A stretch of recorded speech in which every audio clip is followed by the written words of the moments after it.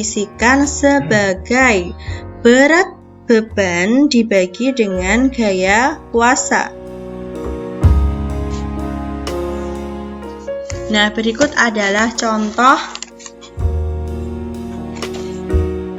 pesawat sederhana yang pertama, yaitu tuas atau pengungkit. Tuas atau pengungkit merupakan pesawat sederhana yang dibuat dari sebatang benda yang keras. Contohnya seperti balok kayu, batang bambu, atau batang logam. Digunakan untuk mengangkat atau mencongkel benda. Nah, pada tuas pertama, pada tuas ini terdapat lengan kuasa dan lengan beban.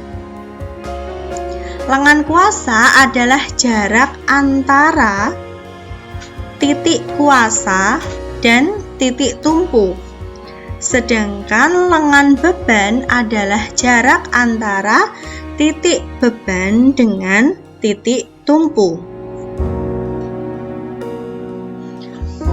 Keuntungan mekanisnya adalah lengan kuasa dibagi lengan beban. Nah, berikut ada jenis-jenis pengungkit. Sistem kerja pengungkit terdiri atas 3 bagian, yaitu bagian beban, titik tumpu, dan kuasa. Nah, berdasarkan posisi bagian sistem kerjanya, maka pengungkit dikelompokkan menjadi 3, yaitu yang pertama, pengungkit jenis pertama. Pengungkit jenis pertama ini memiliki titik tumpu yang berada di antara beban dan kuasa. Semakin panjang lengan kuasanya, maka semakin kecil gaya yang diperlukan untuk mengungkit beban tersebut. Contoh pada pengungkit jenis pertama adalah gunting dan palu pencabut paku. Selanjutnya, pengungkit jenis kedua memiliki beban yang berada di antara titik tumpu dan titik kuasa.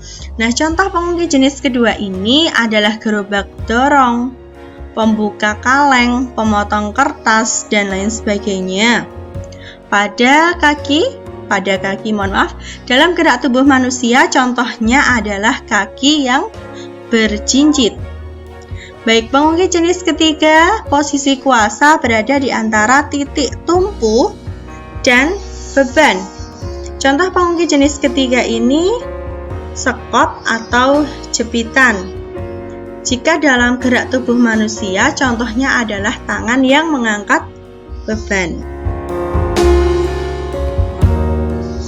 Yang kedua adalah bidang miring. Bidang miring adalah suatu permukaan datar yang memiliki sudut kemiringan terhadap bidang datar. Nah, bidang miring ini pesawat sederhana yang berguna untuk memindahkan benda ke atas, di mana keuntungan mekaniknya didefinisikan sebagai S/H. Sisi miring dibagi dengan sisi tegaknya.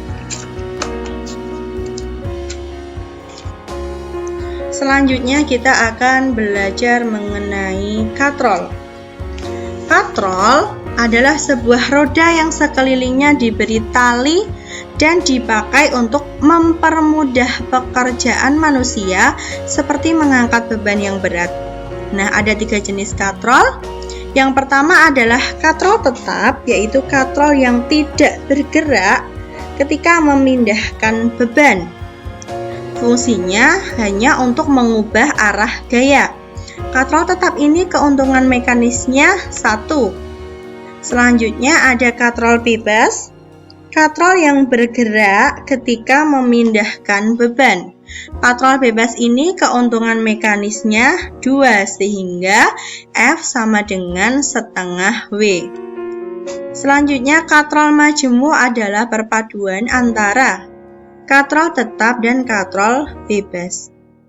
Baik, sekian yang dapat Bu Diana sampaikan. Kurang dan lebihnya mohon maaf. Assalamualaikum warahmatullahi wabarakatuh.